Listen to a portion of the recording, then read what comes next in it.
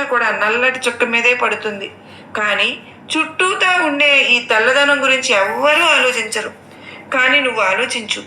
ఈ యొక్క చుట్టూ ఉండే ఆ తెల్లదనం అంతా చాలా స్థలాన్ని ఆక్రమించుకుని ఉంటుంది. ఆ స్థలంలో నువ్వు ఎంత సంతోషంగా బ్రతకవచ్చో, ఎంత ఆనందంగా బ్రతకవచ్చో. చక్కగా నీ పిల్లల్ని చూసుకో, నీ బిడ్డలను చదివించుకో, కాసేపు హాయిగా టీవీ చూసుకో, కాసేపు ధ్యానం చేసుకో, కాసేపు దేవుణ్ణి ఆరాధన చేసుకో, కాసేపు నీకు ఇష్టమైన దైవాన్ని స్మరించుకో, రోజు దీపారాధన చేసుకో, నీకు ఇష్టమైన వాళ్ళతోటి మాట్లాడుతూ ఉండు, నీకు సంతోషం కలిగించే స్థానానికి వెళ్ళు, నీకు ప్రశాంతంగా ఉండే స్థానాన్ని ఎంచుకో, హాయిగా బ్రతుకు, విలువ తెలుసుకుని బ్రతుకు. అతనే నీ జీవితం కాదు తల్లి. ఖచ్చితంగా నీకు మంచి రోజులు వస్తాయి. కానీ నీ భర్త గురించి నువ్వు ఈ రహస్యాన్ని తెలుసుకుని తీరాలమ్మా. అదేంటో తెలుసా? నీ యొక్క మాటలతోటి గాని, చేష్టలతోటి గాని, అలకలతోటి గాని అతనిలో నువ్వు ఇంచి మార్పును కూడా తీసుకురాలేవు. అతనితో గొడవలు పడడం వల్ల నీ చుట్టూ ఇళ్ళ పక్కల ఉండే జనం కూడా ఈ అమ్మాయి రోజు అబ్బాయిలతోటి గొడవ పడుతుంది అబ్బాయితోటి అని చెప్పి చెప్పుకొని నీ కుటుంబం మీద నలుగురు అంటే నలుగురు దృష్టిలో నీకు విలువ లేకుండా పోతుంది. నీ బిడ్డలకు విలువ లేకుండా పోతుంది. కాపురం అంటే గుట్టుగా చేసుకోవాలి తల్లి. కష్టం, నష్టం, సుఖం, సంతోషం ప్రతిదీ గుట్టుగా చేసుకోవాలమ్మా. గుట్టుగా ఉండాలి.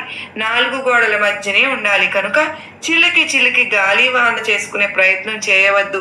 నీకంటూ నీకు 2 బిడ్డలు ఉన్నారు. ఆ బిడ్డల భవిష్యత్తు గురించి ఆలోచించి అయినా కానీ నోటిని అదుపులో పెట్టుకునే ప్రయత్నం చెయ్యి. నీవు నీ మాటలతోటి ఏది మార్చలేవు అనే సత్యాన్ని గ్రహించు. కనుక మనసును ప్రశాంతంగా ఉంచుకునే మార్గాలను ఎంచుకో. నీ తల్లి తండ్రి ఏదైతే చెబుతూ ఉన్నారో ఆ బాటలో నడిచే ప్రయత్నం చెయ్యి.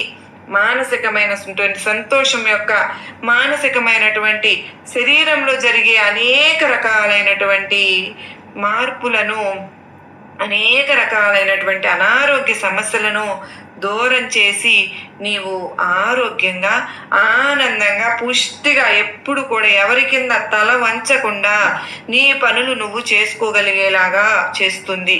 మరి నీ బిడ్డలకు నీ భర్త అంటే మాకు మా తండ్రి ఉన్నాడు అనే ధైర్యం కంటే కూడా మా తల్లి ఉంది, మా అమ్మ ఏదైనా కూడా మాకు కొండంత అండగా ఉండి వెనుకడుగు వేయనివ్వకుండా ముందడుగు వేసేలాగా మాటలతోటైనా కానీ నన్ను ప్రోత్సహిస్తుంది అనే ధైర్యాన్ని వాళ్లకు ఇవ్వు. అలాగే ఎప్పుడైనా సరే ఏనుగంత తండ్రి కంటే కూడా ఏలికంత తల్లి ఉండాలి బిడ్డలకు. కనుక నీ బిడ్డలకు నువ్వే అన్నీ అన్న విషయాన్ని గుర్తుంచుకో.